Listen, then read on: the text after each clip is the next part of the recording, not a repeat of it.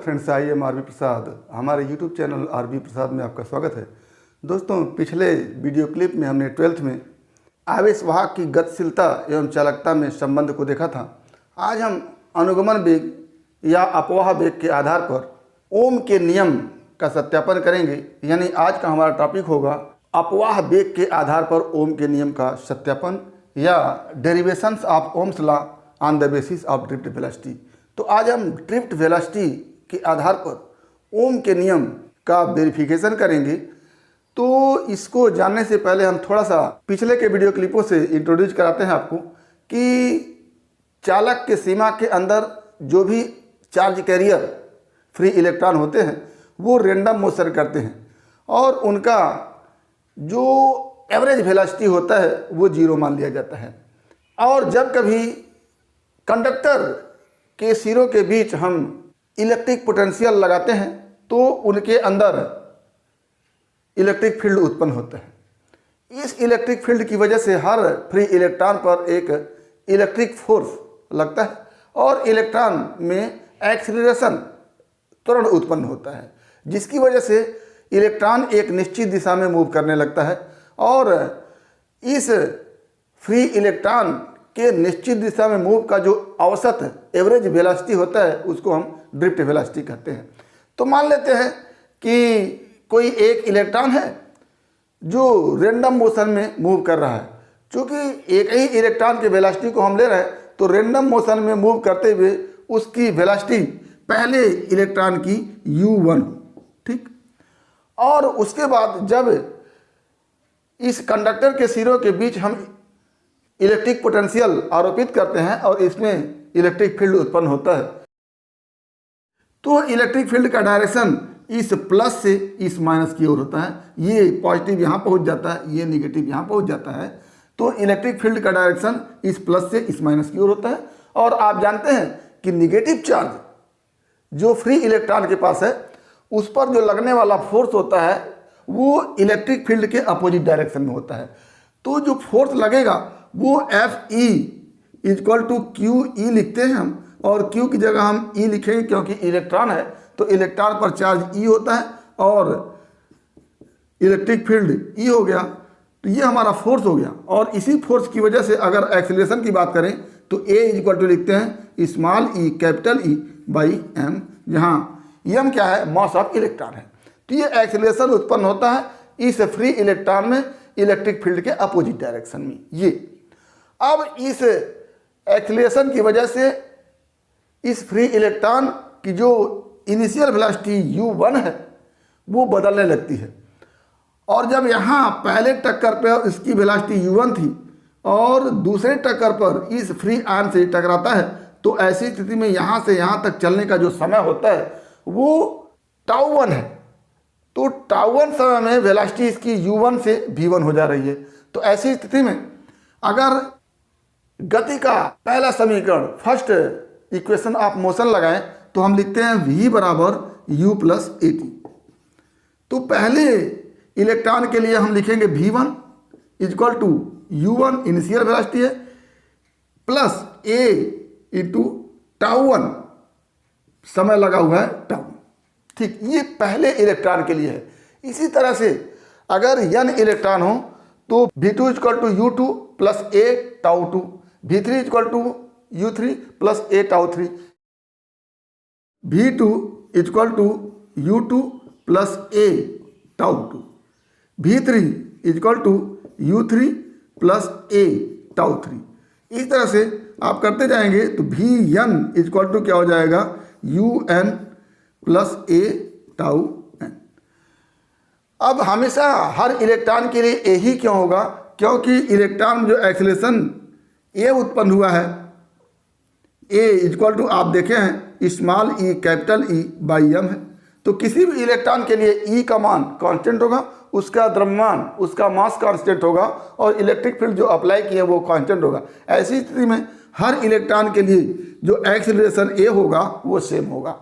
तो ये इस तरह से अगर इस कंडक्टर में n फ्री इलेक्ट्रॉन हो तो हर इलेक्ट्रॉन के लिए जो एक टक्कर के पश्चात दूसरे टक्कर पर जाने पर जो वेलोसिटी होगा v1 V2 V3 V4 के लिए ये फार्मूला हमारा बन जाएगा। तो इसको थोड़ा सा लिखते हैं कि मान लिया चालक में n इलेक्ट्रॉन है जिनका ऊष्मीय वेग का मतलब होता है जब विद्युत क्षेत्र आरोपित नहीं होता है, हर इलेक्ट्रॉन रैंडम मोशन में गति करता है, तो उनका जो ऊष्मीय वेग होता है वो अलग अलग होता है, लेकिन सबके ऊष्मीय वेग का जब हम एवरेज निकाल लेते हैं तो उसको जीरो मानते हैं।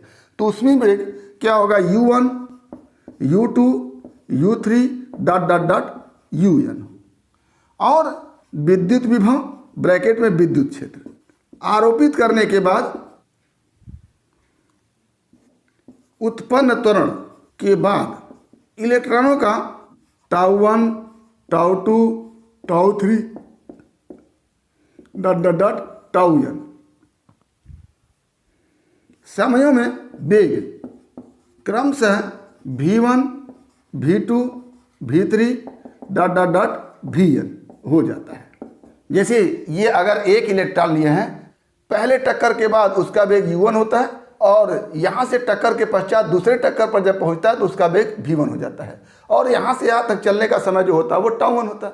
तो इसी तरह से n इलेक्ट्रॉन है तो सबके दो टक्करों के बीच का समय अलग अलग होगा, वो होगा τ1 τ2 τ3 इस तरह से, और सबका अंतिम वेग V1 V2 V3 V4 dot dot dot VN होगा, और इनिशियल वेलोसिटी जो होगा वो होगा U1 U2 U3 इस तरह से होगा। तो पहले इलेक्ट्रॉन के लिए V1 equal to U1 plus A τ1, यहाँ से दूसरे इलेक्ट्रॉन के लिए क्या हो जाएगा, V2 equal to U2 plus A τ2। इसी तरह से आप चलते जाएंगे तीसरे इलेक्ट्रॉन के लिए, क्या हो जाएगा, V3 equal to U3 plus A τ3।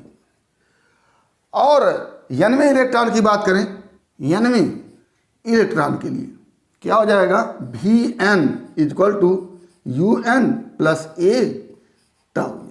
ये हो गया हमारा। अब हम इन सभी इलेक्ट्रॉनों के वेग का हम औसत निकाल लेते हैं, एवरेज निकाल लेते हैं। सभी इलेक्ट्रॉनों का जो अंतिम वेग है उसका एवरेज निकालेंगे। ये अंतिम वेग क्या है, जब हम इस कंडक्टर के दोनों सिरों के बीच विद्युत विभव आरोपित किए हैं तो विद्युत क्षेत्र उत्पन्न हुआ। इस विद्युत क्षेत्र उत्पन्न होने के कारण जो इनका अंतिम वेग आया है वो V1 V2 V3 VN है। तो इस अंतिम वेग का अगर एवरेज निकाल लें तो वही हो जाता है हमारा ड्रिफ्ट वेलोसिटी, क्योंकि ये अंतिम वेग विद्युत क्षेत्र आरोपित होने पर आया है। तो विद्युत क्षेत्र आरोपित होने पर फ्री इलेक्ट्रॉनों का जो वेलोसिटी होता है उसका एवरेज जब निकालते हैं तो वो ड्रिफ्ट वेलोसिटी हो जाती है। तो क्या होगा, इस प्रकार सभी मुक्त इलेक्ट्रॉनों का औसत वेग, यही औसत वेग क्या हो जाएगा, ड्रिफ्ट वेलोसिटी अनुगमन वेग क्या हो जाएगा, VD equal to V1 plus V2 plus V3 dot dot dot करके प्लस VN। यहाँ पर हम n से क्या करेंगे, डिवाइड कर देंगे, ये हो गया। सभी मुक्त इलेक्ट्रॉनों का औसत वेग VD निकालने के लिए सारे वेगों को ऐड करेंगे और उसमें क्या करेंगे, जितने इलेक्ट्रॉन n इलेक्ट्रॉन है तो उसका क्या करेंगे, डिवाइड कर देंगे। अब यहाँ से VD इक्वल टू क्या हो जाता है, V1 V2 V3 का मान यहाँ से हम रखते हैं तो क्या हो जाएगा, U1 plus A τ1 plus U2 plus A τ2 plus U3 plus A τ3 dot dot dot UN plus A τN बटा क्या हो जाएगा, N। और इसको हम दो पार्ट में तोड़ देते हैं, U वाले पोर्शन को अलग लिखते हैं और A τ वाले पोर्शन को अलग लिखते हैं। क्या हो जाता है, VD equal to U1 plus U2 plus U3 dot dot dot plus UN बटा क्या हो गया, N अलग कर लिया, प्लस A सब में कॉमन है, A यहाँ भी है, A यहाँ भी है, A यहाँ भी है, तो A कॉमन ले लिया। यहाँ से क्या बचा, τ1 plus τ2 plus τ3 dot dot dot plus τN बटा क्या हो जाएगा, N। ये आप बताइएगा हमको, इसके पहले ऊष्मीय वेग ये क्या है, U1 U2 U3 हर फ्री इलेक्ट्रॉन का ऊष्मीय वेग है। तो ऊष्मीय वेग का जब एवरेज लेते हैं तो उसको हम जीरो मान के चलते हैं। इसके पहले वाले वीडियो क्लिप में हमने बताया है आपको। तो क्या हो जाएगा, VD इक्वल टू यहाँ हो गया 0 प्लस ए अपनी जगह रहेगा और ये हर मुक्त इलेक्ट्रॉनों की दो क्रमागत टक्करों के बीच लगे समयों का क्या है, एवरेज है। और इसको हम रिलैक्सेशन टाइम, श्रांति काल टाउ मानते हैं। तो ये हो जाता है ए इंटू टाउ, यानी यहां से क्या हो गया, V D equal to A into tau हो गया। और ए का मान आप यहां से देख सकते हैं कि आरोपित विद्युत क्षेत्र, इस कंडक्टर के अंदर जो इलेक्ट्रिक फील्ड है वो ई है, और मुक्त इलेक्ट्रॉन पर लगने वाला तब बल क्या हो जाएगा, मुक्त इलेक्ट्रॉन पर आवेश E into electric field E. ये फोर्स हो गया एफ ई, और अगर हमको एक्सेलरेशन निकालना हो इलेक्ट्रॉन का तो इस फोर्स में हम क्या करेंगे, एम से डिवाइड कर देंगे। तो ए इक्वल टू हम जानते हैं एफ ई बटा एम होता है, यहाँ से क्या हो जाएगा ई बटा एम। तो यहाँ से ए का मान अगर हम रखना चाहें तो क्या हो जाएगा, V D equal to A का मान small E capital E by M into tau. ये हो गया हमारा वी डी ड्रिफ्ट वेलोसिटी। और इसके पहले के वीडियो क्लिप में हमने आपको बताया है ड्रिफ्ट वेलोसिटी के रूप में विद्युत धारा का फार्मूला। तो क्या हो जाएगा, सिंस चूंकि आई इक्वल टू जानते हैं हम N E A V D, तो यहां पर वी डी का जो मान है यहां आई में रख देते हैं। क्या हो जाएगा, I equal to N E A, V D की जगह small E capital E by M into tau. यहां से हो गया। अब ये विद्युत क्षेत्र की तीव्रता ई है। क्या है, विद्युत क्षेत्र की तीव्रता ई। और आप जानते हैं कि V by L equal to क्या होता है, ई होता है। ये कई बार आपके रेफरेंस में आ चुका है। तो V by L equal to E होता है, तो ई की जगह हम V बाई एल लिख सकते हैं। तो क्या हो जाएगा, imply that I equal to N E square A tau into N E square A tau into V by L, और बाई क्या हो जाएगा एम। ये हो गया यहाँ पर। अब यहाँ से हम V बाई आई का मान निकालना चाह रहे हैं, क्योंकि ओम के नियम को हमको वेरिफिकेशन करना है। तो ओम के नियम में V बाई आई होता है, तो V बाई आई का मान थोड़ा निकालते हैं क्या आता है।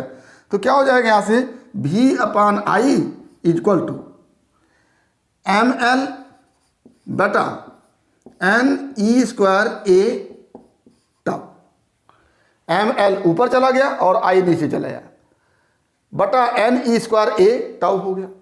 अब यहां से आप देखिए, यहां से अगर आप देखें तो यम क्या है, मास ऑफ इलेक्ट्रॉन है जो कांस्टेंट होगा।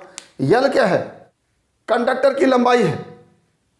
और एन नंबर ऑफ इलेक्ट्रॉन है इस कंडक्टर में। और ई क्या है, चार्ज ऑन इलेक्ट्रॉन है। ए ई से क्रॉस सेक्शनल एरिया का क्षेत्रफल है। और टाउ क्या है, रिलैक्सेशन टाइम है। तो किसी एक चालक के लिए अगर लिया जाए तो उसकी लंबाई कांस्टेंट हो जाएगी, उसका अनुप्रस्थ परिच्छेद का क्षेत्रफल क्रॉस सेक्शनल एरिया कांस्टेंट हो जाएगा। मुक्त इलेक्ट्रॉन पर चार्ज ई कांस्टेंट ही होता है।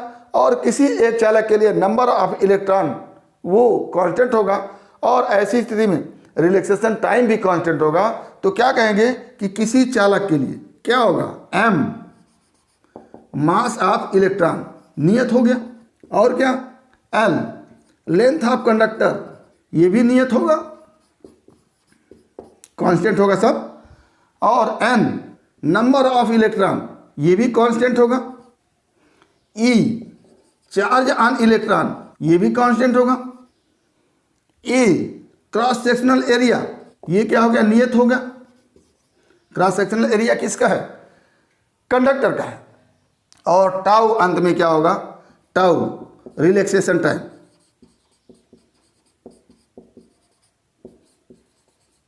ये भी क्या होगा, नियत होगा। तो ये जब सब नियत है तो आप क्या कह सकते हैं कि अतः क्या होगा, V बाई आई का मान क्या हो जाएगा, नियत हो जाएगा। और यही क्या है, यही है ओम का नियम कि यदि किसी चालक के सिरों के बीच आरोपित विभवांतर V हो और इस V के कारण उसमें प्रवाहित धारा I हो, तो V और I का अनुपात क्या होता है, वो नियत होता है। तो यही क्या है, ओम का नियम है। यही क्या लिखेंगे, यही ओम का नियम है। तो सत्यापित हो गया कि भैया ओम ने जो कहा था वो V बाई आई क्या होता है, नियत होता है, या विभवांतर V तथा उसके कारण उत्पन्न धारा I का जो रेशियो होता है, जो अनुपात होता है, वो कांस्टेंट होता है। अब इसी V by I equal to R को हम क्या लिख सकते हैं, सिंस क्या लिखेंगे, V by I equal to R. तो V बाई आई का मान ये इतना आ गया है। अगर इसको हम इक्वेशन 1 कह लें और यहाँ पर ओम का नियम है V by I equal to R, तो इक्वेशन 1 से क्या हो जाएगा हमारे पास, R इक्वल टू ml बटा n e square a tau, और इसको आप दूसरे रूप में लिख सकते हैं, imply that R equal to m by n e square tau into L upon E. ये हो गया हमारा। अब बताइएगा, अगर विशिष्ट प्रतिरोध के रूप में R को लिखते हैं तो क्या लिखते हैं, R बराबर, सिंस R बराबर क्या लिखते हैं, रो इंटू एल अपान ई। तो ये इतना किसकी जगह पर है, रो की जगह है। तो यहाँ पर क्या हो जाएगा, rho equal to m by n e square tau, ये रो इक्वल टू हो गया। तो क्या यहाँ से देख रहे हैं आप कि पहले तो V by I equal to ml by n e square a tau है। तो यहाँ से हम निकाले कि R का मान क्या होगा, ml by n e square a tau होगा। और R को जब विशिष्ट प्रतिरोध के रूप में लिख रहे हैं तो रो इक्वल टू क्या हमारे पास आ रहा है, ये आ रहा है। और एक टर्मिनोलॉजी और है, विशिष्ट चालकता, स्पेसिफिक कंडक्टिविटी। तो विशिष्ट चालकता सिग्मा लिखते हैं, सिग्मा इक्वल टू 1 अपन रो लिखते हैं। तो यहाँ से सिग्मा इक्वल टू क्या हो जाएगा, n e square tau by m, ये सिग्मा इक्वल टू हो गया। तो हम अनुगमन वेग, ड्रिफ्ट वेलोसिटी के बेस पर ओम के नियम का सत्यापित किए, जिसके लिए हमने R का एक फार्मूला देखा, ये रो का एक फार्मूला देखा, ये और सिग्मा का ये फार्मूला देखा। तो इस तरह से हमने अनुगमन वेग के आधार पर ओम के नियम को सत्यापित किया। उम्मीद करते हैं कि टॉपिक आपको समझ में आया होगा। अगर इसमें किसी प्रकार की समस्या है तो आप हमारे YouTube चैनल के कमेंट बॉक्स में कमेंट करके अपनी समस्या का समाधान करेंगे। और यदि वीडियो क्लिप पसंद आए तो प्लीज़ लाइक करेंगे, शेयर करेंगे, साथ ही हमारे YouTube चैनल को सब्सक्राइब अवश्य करेंगे, ताकि इस तरह के वीडियो क्लिप का नोटिफिकेशन आपको मिलता रहे और आपके फिजिक्स की मुकम्मल तैयारी होती रहे। तो आज बस इतना ही। अगला टॉपिक अगले वीडियो क्लिप में। एक बार फिर आपके भविष्य के लिए बेस्ट ऑफ लक। धन्यवाद।